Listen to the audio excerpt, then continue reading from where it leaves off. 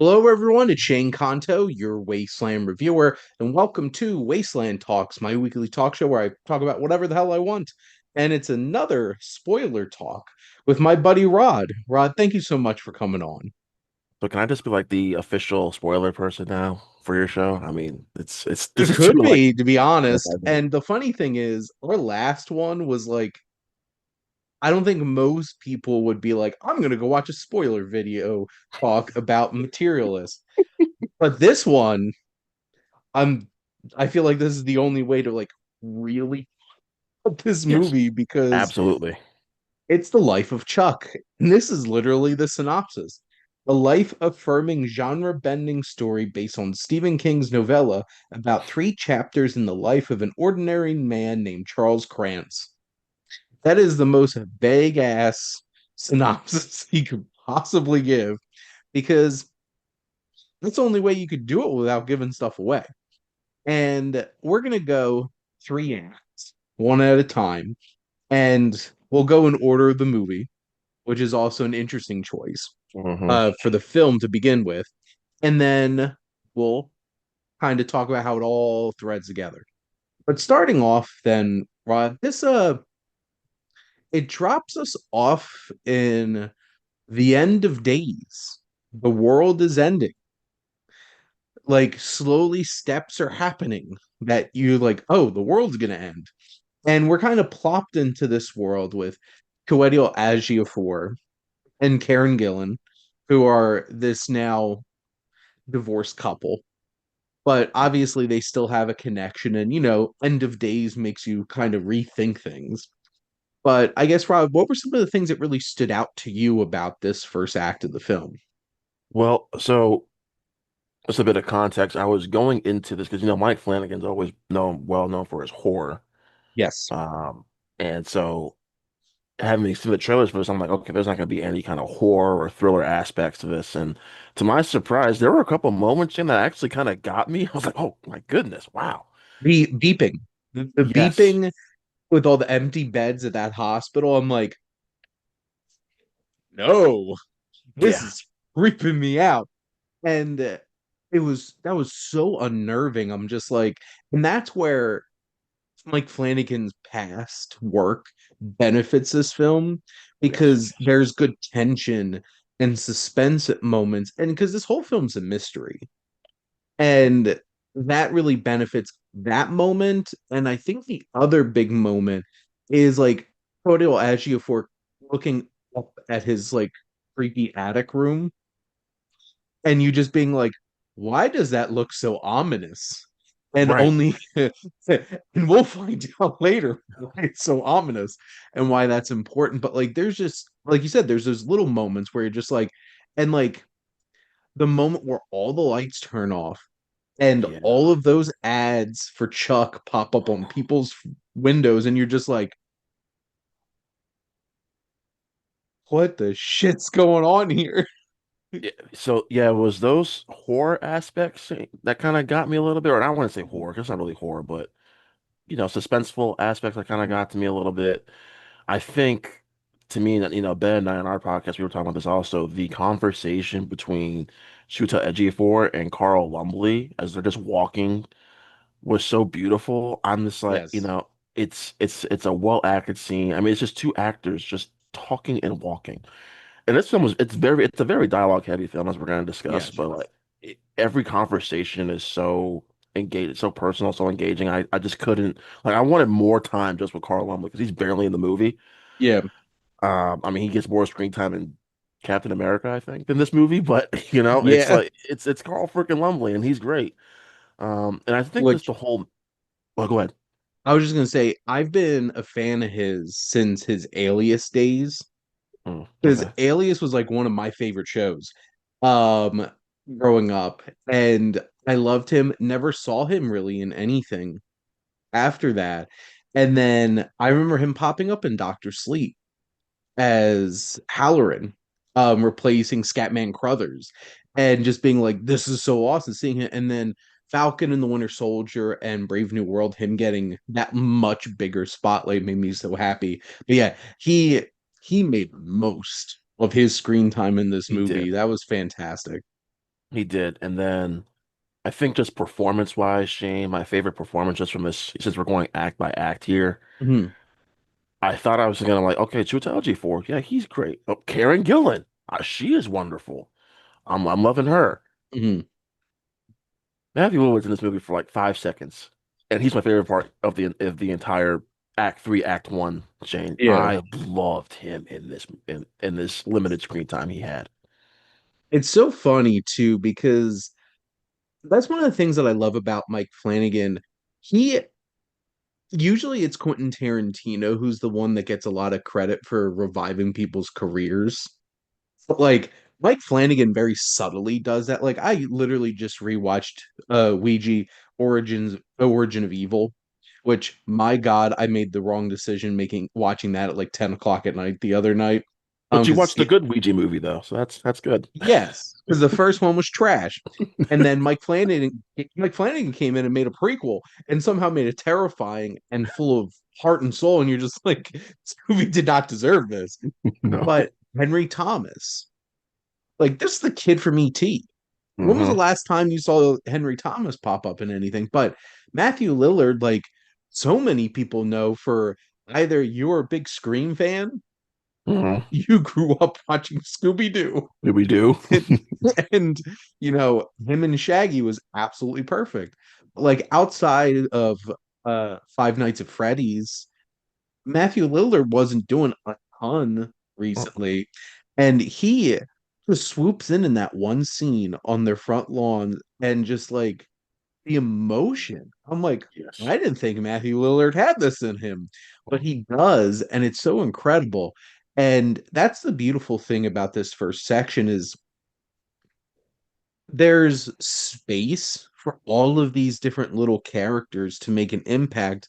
And what's interesting is it's thematically relevant because when you like to rip the band-aid off, what this opening act really is every single one of us meets so many people in our lives, Yep. and they live in this world that we have created in our own minds. Because here's the thing, like Rod and I have known each other for years. And on some level, the Rod that I know is from the perspective of Shane. That is not 100% exactly who Rod is as a person, Right. and vice versa. And the fleeting glimpses of certain people who only pop up in such a small way, they only exist in our minds and what perspective we put on them. And at the end of the day, we have a whole entire world worth of people that we have met and have created subconsciously in our minds, unconsciously, whatever Freud you want to go with. Like, it's so fascinating that this is the little world that was created in Puck's mind, and the world ends because Chuck is dying. And Right. that was the first moment of this movie where you just get that gut punch, and you're just like, Chuck's dead? Which is like, and like young, like this man's like 40 and dying 39. tragically. Was it 39 or 40? Like, almost 40, 40. 39. Yeah, He there didn't you even go. make it to 40. No, he did And that not. was and that's the saddest thing. And you're just like, all these people are like, who the hell's Chuck? And the thing is, they're all just people living in this world created inside Chuck's mind. And the fact that there's real versions of all of these people Yep. and how this film threads them. And we see the moments where these versions of these characters were created in Chuck's mind because he saw them in real life. And it's just like, this was such a bold choice to Hmm. start this story because I'll say I've never read the novella, and now I'm like really want to the novella, but this was all mystery. And this was the like one of the most tantalizing mysteries that I've experienced watching a movie in a long time because you're just dropped in it and you're like, what's going on? And it's not like, what the hell's going on? It's more like, what's going on? I need to know. Um, Well, so because like that last shot before it goes to Act Two of Chiwetel Ejiofor and Karen Gillan, looking up at the stars in the universe, and all the planets and stars are disappearing, and then that ominous, like I got chills. Like the last line she says is "I love you," then the screen just goes to black. I don't even Yeah, think she finishes a sentence. It's like "I love," and then it just goes away. And of course, that symbolizes that Chuck just died.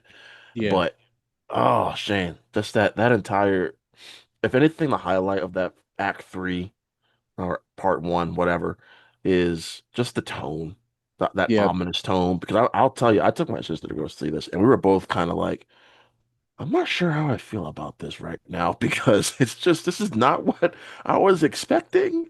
How is this going to tie Mhm. together?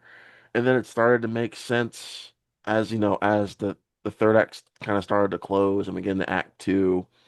But yeah, it Mhm. took me a minute, Shane, to go like, yes, I'm not really vibing with this. I'm not, I wouldn't say vibing like it's a bad movie. I just didn't know how it was all going to connect. Yeah. But then I thought to myself too, Shane. Boy, I bet you the writers of Black Mirror right now are just writing this down. Like they got episodes coming out next season that's gonna tie into Well, this.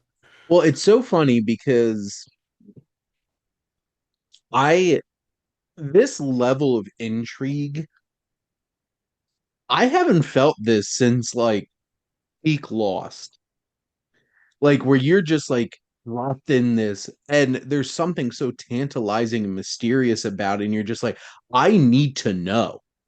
And that's what drove people for 6 seasons to sit through Lost of just like, I need to know.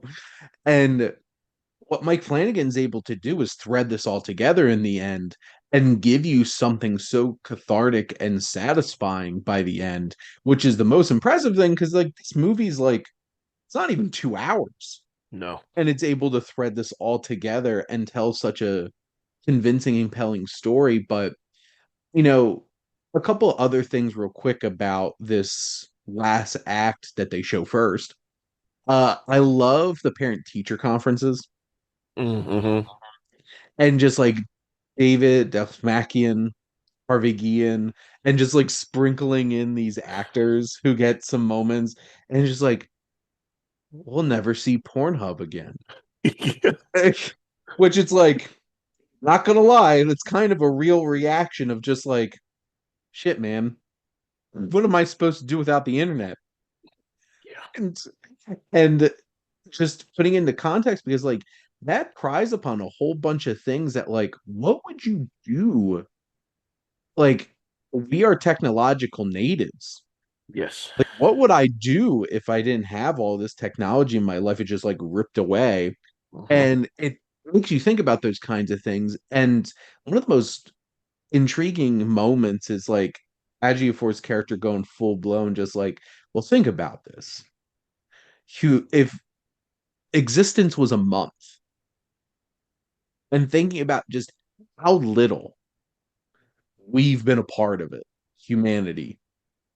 It's and that kind of stuff really interests me because like I'm all about numbers and math and stuff like that, and I'm just sitting there like it's wild. It's the same kind of reasons why I'll like turn to my wife and ruin her day by being like, you realize this movie came out 30 years ago, right? Or like if we went back in time like Marty did in Back to the Future, we'd be going back to 1995. Stop, Like Shane. those are Just stop. Just stop it, see Shane. those are that's the big energy that G4's character had doing this whole calendar thing.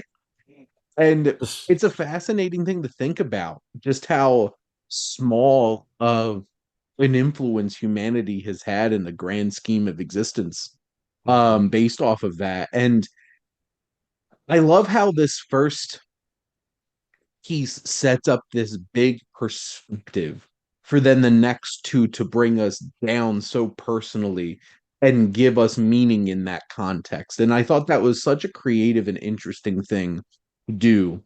And between Stephen King and Mike Flanagan, which I'll say this right now, I legitimately think there's only three filmmakers that should adapt Stephen King.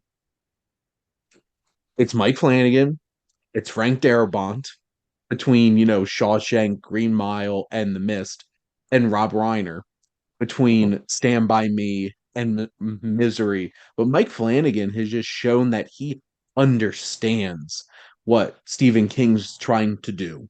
Yep, absolutely. And why I'm so excited about that Dark Tower saga that he's going to be doing over on Amazon because I trust nobody else to bring that cocaine driven nightmare fuel of a wild ass story to life than Mike Flanagan. Because Well, yes, like it's got to be Stephen King better was than definitely on cocaine. that movie they did with what Idris Elba and Matthew McConaughey. You know what's yeah, fascinating is that that movie's a sequel to the really? Okay, series. okay. And I didn't understand that when I saw the movie. I heard people say that. I'm like, wow. And then I read the books and I got to the very end of the books. And then I just had an epiphany about how that all comes together. And now I feel like I have to rewatch the movie and to see if it gives me any. And here's the thing, that movie's only like 95 minutes. So it's not like I'm taking a huge chunk out of my life to rewatch it. Right. Like I need to have that context to see like does it really come together. But I guess Rod, do you have anything else to add about our third act here? No, I think you kind of summed it up pretty perfectly. I'm just ready to move on to Act Two now, 'cause that's where I started to like love this movie is Act Two. Act two delivered one of the most cathartic things that I have seen in a movie in a long ass time. And that's wild because I just said the same thing watching Sinners, not like a few weeks ago. I'm just like back to back. I'm like, damn, 2025 is delivering some oomph with Mm-hmm. a couple of these movies. And what I'm talking about is, which also Nick Offerman doing the narration to this is Perfect. just Yeah. perfect. And he just sets the stage with this young woman who sets up her drums and is busking, playing the drums out there. And then nerd man, um, Tom Hiddleston as Chuck, casually just walking by, and he stops and he begins to dance. And this young woman who just got dumped, very immaturely got dumped, Mm-hmm. winds up being at the right place at the right time, and they tear this town down, dancing to these drums. And it is one of the most wonderful things that I've seen in a movie in a long time. I'm like, I wanted to get up in my press screening full of only five people that showed up to the screening and start dancing in the see because it gave that energy and it was Yeah. so impressive. I think for me, yeah, I mean, I told Ben this. I said that might have been the greatest dance number I've seen in a movie ever. That was just, I think it's all just in context of one, how it's set Mm, up to the movie, because we're just coming off this really heavy opening to have something kind of lighthearted, even though part of the setup is learning that, yeah, Chuck's gonna die 9 months later from this moment. It's like, Jesus, just keep beating us down while we're, I mean, good Lord. But mm, then as he just stops and the dancing begins, and everyone's coming around that, and this woman who they know nothing, they know nothing about each other, just this random woman on the street, and the two of them just start dancing. I told Ben this, I'm like, this is just it sounds like a celebration of life. This mm. movie is. And it's like appreciating the smaller things, and just when she asks him the question, like, what made you start dancing? And of course he lies, but it's like, I don't know. Which, when we find out really why Right. in Act One, that just adds so like the moment he starts going like this and the connection that builds later is just so emotionally impactful too. Yep. But even just this dancing context, like one, Tom Hiddleston do all this? Like I want like this was if this was just him dancing, I am so damn Impressed. impressed. Uh-huh. Like which one? I would be so damn impressed even if this was a professional dancer who was like going in and doing this. But if Tom Hiddleston did all this, I'm like, dude, dude, Yeah. like why is Tom Holland playing Fred Astaire? In that biopic, it's like, what are you doing? Wrong Um, Tom. but like, wrong Tom. But this dancing was incredible, and Hmm. I was just so engrossed watching every moment, and with a giant smile on my face. Yeah. And the young woman who's drumming's vibing, and I loved seeing Annalise Basso again because she's I don't know if she's what she's been in recently, but like just rewatching, she was the older sister in Leave the Origin of Evil. Like Mike Flanagan brought back his whole arsenal of actors to come in and be in this movie. And it doesn't look, oh, well, it looks like she was on the Snowpiercer show for a while, which I haven't watched yet. I haven't watched it yet either. Oh God, and she was in that Slender Man movie. But that was like 7 years ago at this point. But like she I just love that moment. And like this isn't about like, oh my God, is Chuck gonna cheat on his wife and stuff with this young woman? That's not what it was about. Nope. It was just two people having a moment and just dancing there in the street and then going their separate ways and moving on with their lives. And, you know, I would like to think that when Chuck's sitting there dying, he can think back that one of his most joyous moments in his life was just this dance. Hmm. Why? So that's kind of what I mean about just appreciating like the little things and like this whole celebration of life type of movie. It's just like, he doesn't know why he stopped in the middle of the street. He just did it. He just started dancing. Mm, And that's the moment that he's going to look back on as one of his, this most profound moments of his life. Because as we know, 9 months later, he's going to die. mhm. And he can sit there on his deathbed and think about, man, I'm glad I stopped. I think the government doing narration was like, I think something to the line of Chuck was really happy or glad he stopped and just started Mhm. dancing. And, I told Ben this before we started, but like, boy, the marketing did a really great job making you think this was a Tom Hiddleston movie. He's in this movie for about 20 minutes, maybe. Maybe. Well, that's the thing. He's on all those ads in the third act, and he's the center of the second act, but he's not even like the Chuck Mm-mm. of the movie, which is No. wild.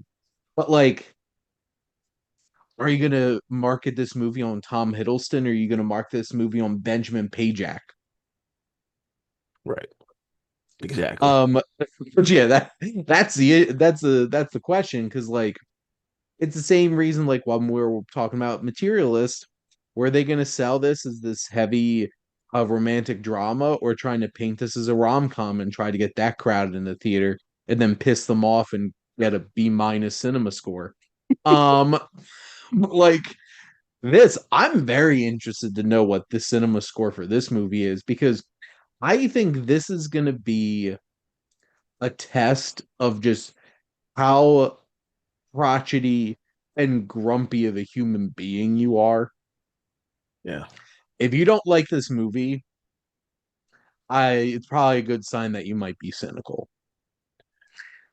And like I know I'm not even gonna say it. I going in, I knew the people that I know that would love this movie, and I knew the people that wouldn't.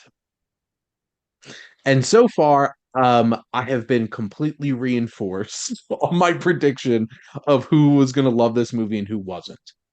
And, I'm very happy that I'm in the camp that loved this movie and felt the joy and the beauty of it. And honestly, so much of that was because of this dance. Yeah. Well, the cinema score's not even out yet, which is surprising, but I guess not enough people have seen it or even know about it.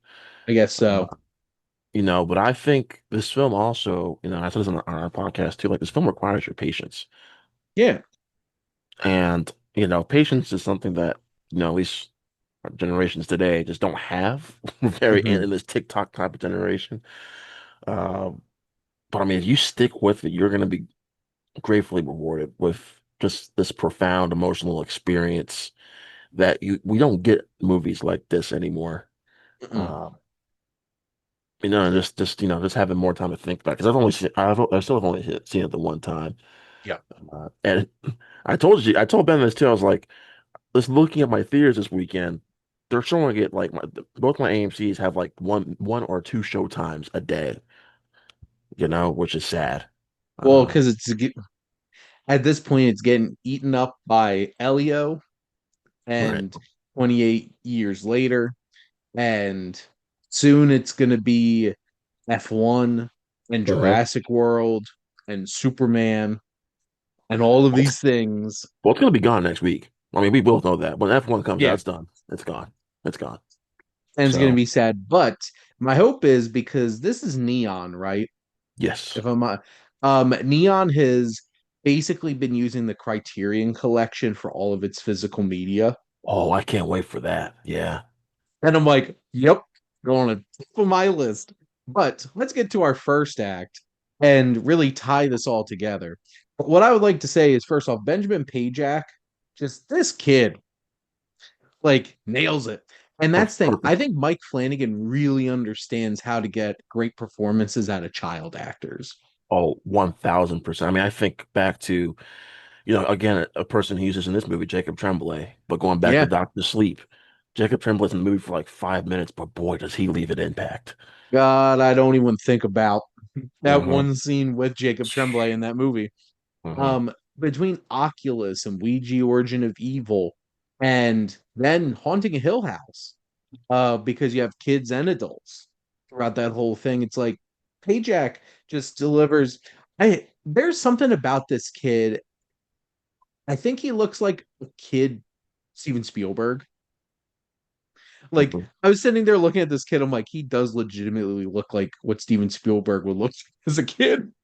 Well, And and to that point, too, like I even thought for a little bit, I was like, I know it's not Jacob Tremblay, but he kind of resembles a little bit of Jacob Tremblay a little bit as well. yeah, and then you get which Jacob Tremblay getting older and turning into adults kind of messing with me a Dude, little that bit. messed with my head so much. I was like, no, no.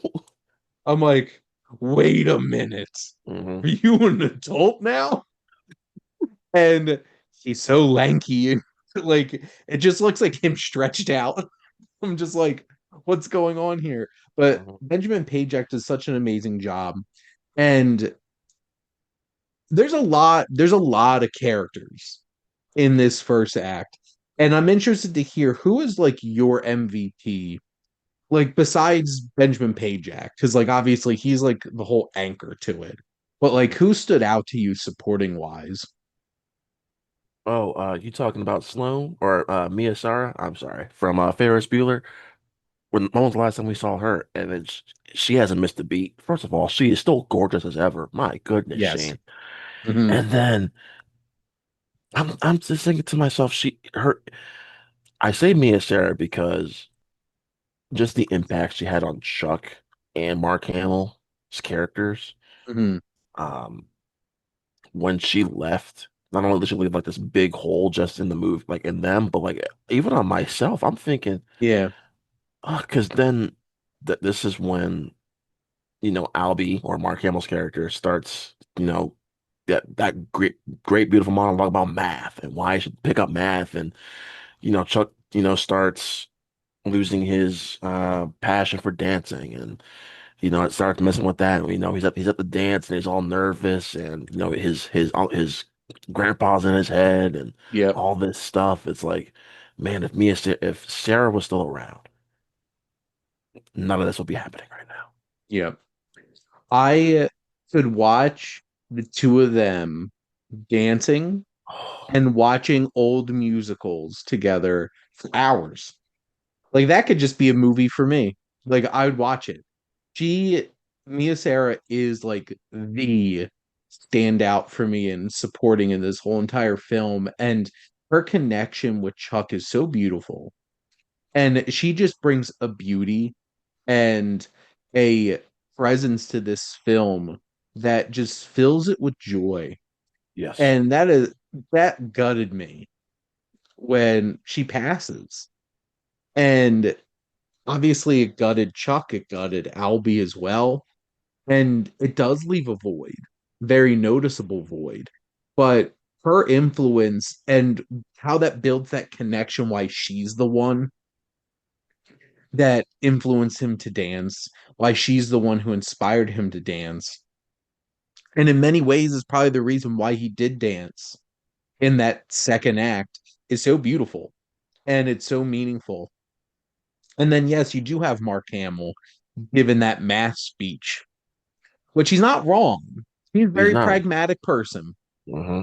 And Mark Hamill, I love how Mark Hamill went from like I'm Luke Skywalker to I'm a voice actor to now like him getting these like meteor veteran roles in Hmm. movies. It makes me so happy. And he's evolved completely into this character actor. Um, and his performance is fantastic and a little scary because God, that attic is scary. Well, because I'm just thinking, shit, what the hell is in this attic? Excuse my language, like, what is going on in this attic here? Like, what's so scary and ominous? And then when it finally gets revealed at the end of the movie, I'm Which like, we could talk oh, about is you can see how people will die. yeah. And Albie had all these visions of seeing Sarah die in that Mhm. grocery store, him dying of that heart attack. Yep. And then, God, that moment when Jacob Tremblay finally goes up there in broad daylight, which is still eerie for him to go in there in broad daylight. Because on a meta-contextual level, knowing this is a Mike Flanagan movie and knowing that he could pull some shit out on us at any given moment, I was fully expecting a jump scare. I'm not gonna lie. I was like, oh, and him going in and just turning around about to leave and then beep, beep. beep, and you're just like, and turning around. This is like so 2001 A Space Odyssey of him to like when Dave keeps seeing himself evolving in front of him, they seeing himself at different points in time and space. And that's what it felt like to me. And I thought that was an incredible homage to such an amazing film. And him just staring and looking at himself in that bed. But he didn't have the same reaction that Albie did No. because Albie was terrified of it. And Chuck owned it. Chuck's like, I'm going to make the most of my life. Mhm. It's, it was like so big fish coded. Have you seen Big Fish, Rod? Once, just once. Because like at that point in that movie, that old witch tells him how he's gonna die, and he's just like, "Well, I'm not gonna die here." Right. And like Chuck just takes that, and Chuck knows he's gonna die tragically before the age of 40, and but he still goes on his life and lives it. And I think that's what makes that dancing scene so much more important because he on some level understands that like he doesn't have that much time left in his life Right. based off of that. And he goes out there and just takes the moment. Well, so many people, you go back to that second act when he gets that headache, but you find out that that's not the first time he's had those headaches. So whenever he found out he started getting them, he probably knew at that moment, okay, this is my descent into, my eventual demise. But I think that was what made that ending so powerful is that he doesn't, he sees himself on that deathbed, but he doesn't take it to heart. He's like, I'm just gonna go ahead and, like you said, live my life to the fullest. And that's why I say, like, I go back to when I said earlier about this, this movie's an appreciation of life Yep. itself. It's just appreciating because Chuck is not this big, important bro. He was never president. He was an accountant. Yeah. Right? So he was just Yep. this great. He was just this really an accountant who worked at a bank, right? And but the fact that he had a wife, the very devoted husband, a devoted father. He lived his life to the fullest, and I'm glad that that final moment of Jacob Tremblay saying, "What was it? I am wonderful. I deserve to be wonderful, and I contain multitudes." He walks away, goes on to live the rest of his life, but like the credits just stay there in that attic. I thought was the best way to end that movie Mm. because Shane, I feel like any other director would have taken that moment and then we would have just seen like a whole bunch of images from his life. like a you know, montage and a stuff like that. It's like, montage of no, his life. Yeah, like the birth of his son, his wedding, and all that. We didn't need to see that we at saw all. the key moments. We Yes. saw him. That dancing moment, I think, is the moment of his life where he lived his life to the most fullest. Right. And we already saw that. And we already knew that. But now this first act gives us context on why that Yes. moment was so important to him. And you have him learning how to dance, going to this dance class, loved his teacher, the dance teacher. So I She knew was, her because I guess because she's in other Mike Flanagan works, but I knew her yep, from her time on Grey's Anatomy. So I was like, oh, interesting. I know her, and she was great. And Absolutely then fantastic. that tie-in because at first I didn't notice a Shane because we already saw Chiwetel Ejiofor in the Mhm. classroom, but then I saw Karen. I was like, that's not Karen. No, that's Karen Gillan. And then just like those little pieces of like, oh, everything's starting to come together Together. now, and then how we found out how Chuck gets the scar on his hand. Yep. It's just, Yeah, Samantha Sloyan, who from Grey's Anatomy, but yeah. also, oh, she's also in The Pit, which is interesting. But she Is was she in in the pit? Hush. She was in She is in the pit. Midnight Mass, which Midnight Mass is That's another bit of work from him that patience pays off with that show that's still one of the because Flanagan works I have to watch still is that show. that is so much build up in those like first six episodes to like blow your socks off in those last couple, but it's so worth it. But even have like obviously Kate Siegel is going to show up Hmm. because it's his wife. Um, and I felt so bad for her, like just struggling to control her class. But Chuck was such a like wonderful little spark in her existence, Well, and you could that tell was so too lovely. that they already had some sort of like great student teacher dynamic, but the fact that they stayed after class and that Hmm. them two talking, you could tell that they've already built this kind of good relationship Hmm. between themselves. But the dance at the dance where they it felt like it felt like Chuck was Oscar Isaac from Ex Machina. He's just like, I'm gonna cut an effing rug right now and just pour that dance floor up. That was so great. And that little kid is what I appreciated so much too about Chuck as a character. He's such a small kid, but he has big, this small kid has big confidence. So much Like confidence. Hmm. with that much, much, much taller girl. And he's just like completely owning it. And just the two of them, and that dance is so wonderful. And that just adds even more to what he would do later in that second act piece of this. But I just love how this all comes together. And we get to see where Chuck met all these people. And this film just reinforces how much of an impact we all make on Hmm. each other's lives, even in the littlest ways. There are how many people do we interact with in our lives? Yeah, a A lot. whole world's worth. Yeah. And that's what that third act's about.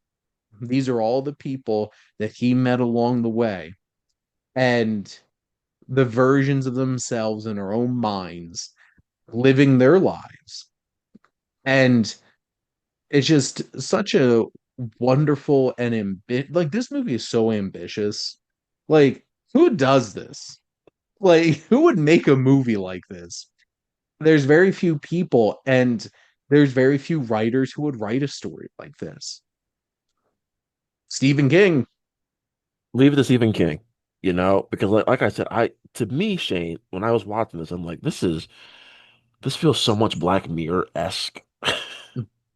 Like something Black Mirror would do. And I'm sure, Shane, I'm telling you, one of these seasons, Black Mirror is going to do something like this now. I'm bank on it. Um, but I'm sitting here and as the third act, everything's coming together. each act kind of has its own different movie like genre. Like Act Yep. Three is just apocalyptic, Hmm. horror. Act Two is just what would you consider Act Two, Shane? Just like I don't It's even know.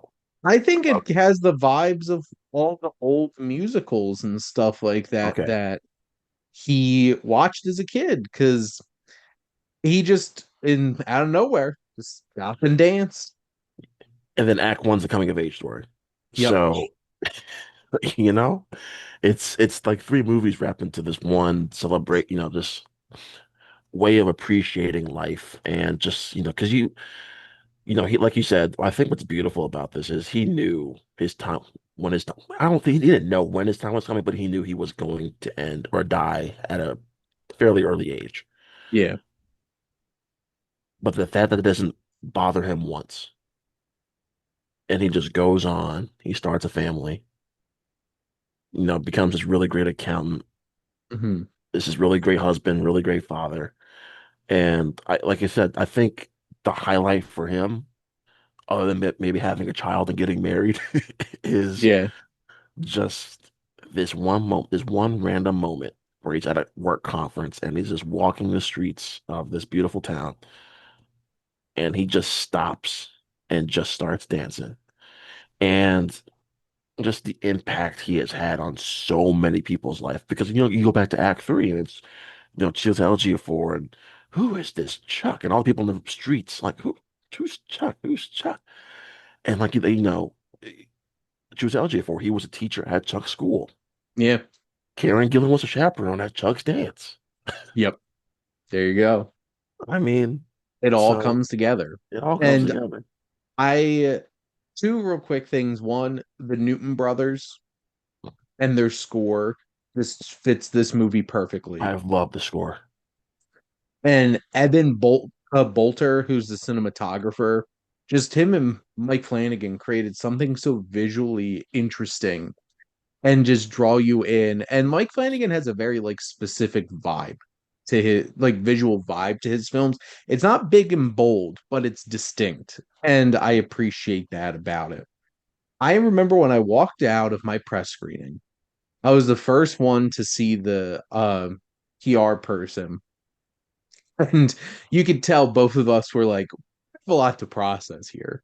Um, and I said, my first comment was, put it simply, this was profound.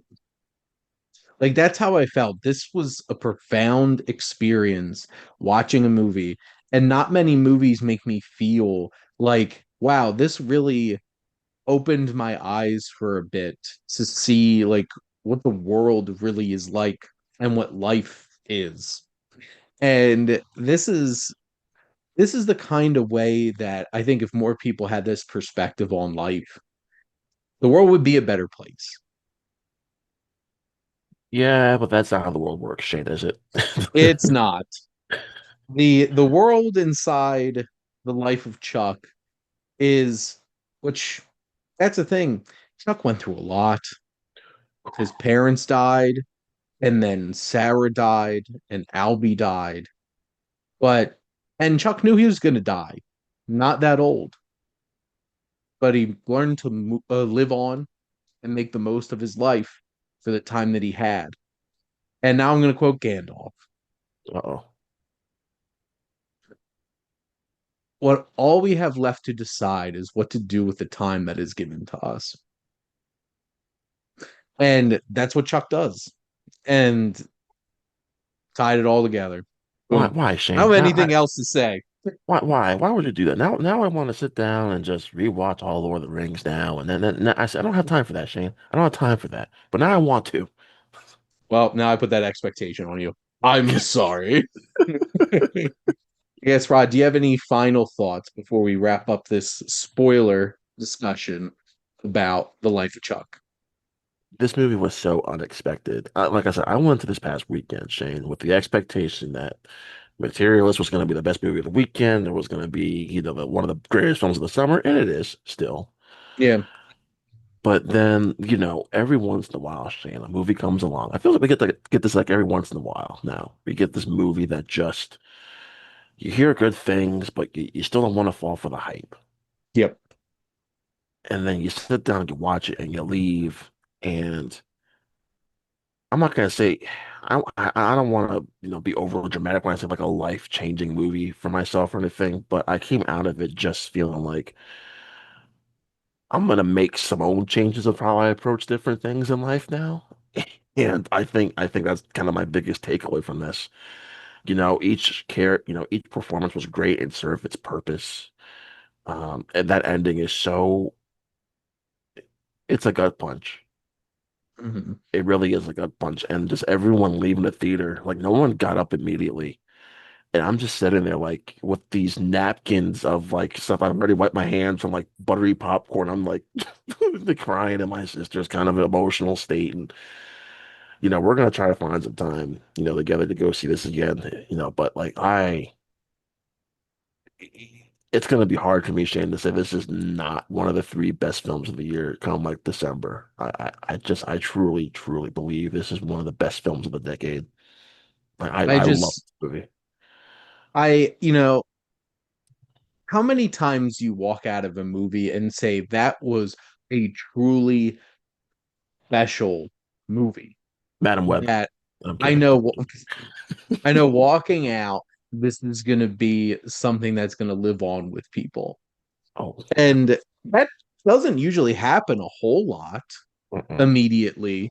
And I had already had that with Sinners this year. And I'm like, well, heck, that's checked off for this year. And then I walked out of Life of Chuck. I'm like, well, it happened again. And I'm just like, and the sad thing is, the happy thing is, Sinners found an audience, made a shit ton of money, and has become a humongous success. This isn't, and this isn't going to. And that makes me sad. Obviously, Sinners is a much more accessible and like much more accessible kind of movie to watch. But like this is just gonna fly completely under the radar. It's gonna be out of theaters now. Like Sinners is still in theaters and still making money and is still gonna Incredible. be in theaters making Yeah. money. And which is an amazing thing. And I'm so happy about that. This is gonna have to live on with like this is gonna be one of those movies that people go back to and just be like, why did I never hear of this? It's just like because how do you even advertise this to Well, get you people? can't. You That's the thing. can't. How do you advertise this You and can't. get people to come in and watch it? And you know, it's a beautiful film, and I hope it finds its audience at some point. And I will be adding Life of Chuck to my giant wall of movies here in a pristine Criterion collection casing because there's no way in hell this isn't getting a Criterion release since it's neon. So there you go. Well, I'll tell you, Shane, this is gonna if this happens to drop on Netflix, it's gonna find that crowd.